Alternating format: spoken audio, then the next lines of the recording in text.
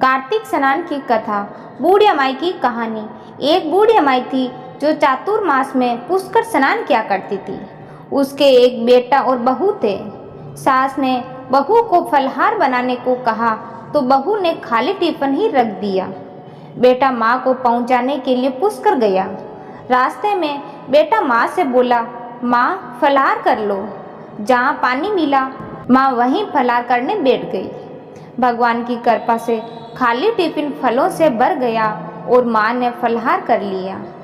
पुष्कर में माँ के रहने के लिए बेटा झोंपड़ी बनाकर वापस घर आ गया। चातुर्मास के रूप में सबसे पहले श्रावण मास आया और बोला, बूढ़ी अमाई दरवाजा खोल। तब बूढ़ी अमाई ने पूछा, आप कौन हैं? मैं श्रावण मास। बुढ़िया ने तुरंत दरवाजा खोल दिया। बुढ़िया माई ने शिव पार्वती की पूजा अर्चना कर बेलपत्र से अभिषेक किया। जाते समय श्रावण मास ने बूढ़िया माई को आशीर्वाद दिया और झोंपड़ी की एक दीवार सोने की हो गई। उसके बाद भाद्रपद मास आया। उसने भी बूढ़िया माई को दरवाजा खोलने को कहा। बूढ़िया माई ने दरवाजा खोला और सत्तू बनाकर भाद्रपद में कजरी तीज मनाई। भाद्रपद मास ने बूढ़िया माई को आशीर्वाद दिया और झोंपड़ी की दूसरी दीवार भी सोने की हो गई।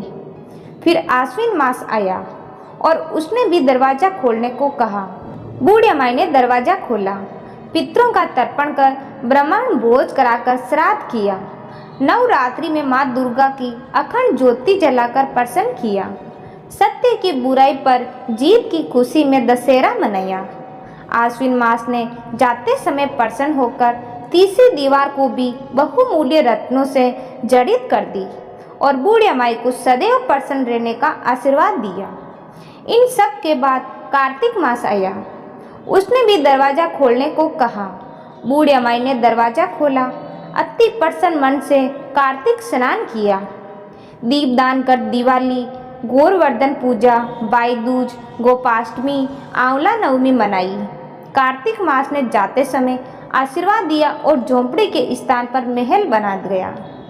अब बूढ़िया माई गरीबों की सेवा कर भजन कीर्तन में अपना समय व्यतीत करने लगी।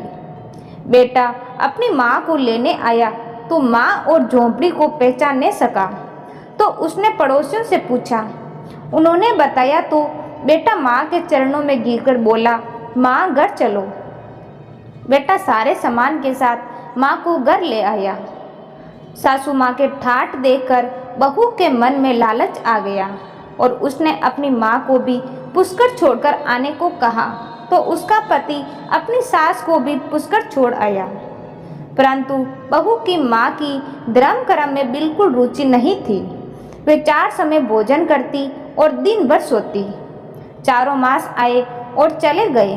जाते समय झोंपड़ी गिर गई और बहू की माँ गद्दी की जूनी में चली गई, क्योंकि औरत लक्ष्मी का रूप है और लक्ष्मी की तरह चंचल होना चाहिए। भगवान की पूजा और अतिथि का सम्मान और दान पुण्य करना चाहिए। बहू ने कहा, अब माँ को ले जाओ। जब जमाई सास को लेने आया तो वह कहीं नहीं मिली। लोगों से पूछने पर लोगों ने बताया कि तेरी सास धर्म कर्म कुछ नहीं करती थी, हरदम खाती रहती और सो जाती थी, जिससे वह गद्दी जूनी में चली गई। जमाई सास को गद्दी के रूप में घर ले आया। उसकी पत्नी ने पूछा, मेरी माँ कहाँ है? तब पति ने कहा, तेरे लालच की वजह से तेरी माँ गद्दी जूनी में आ गई।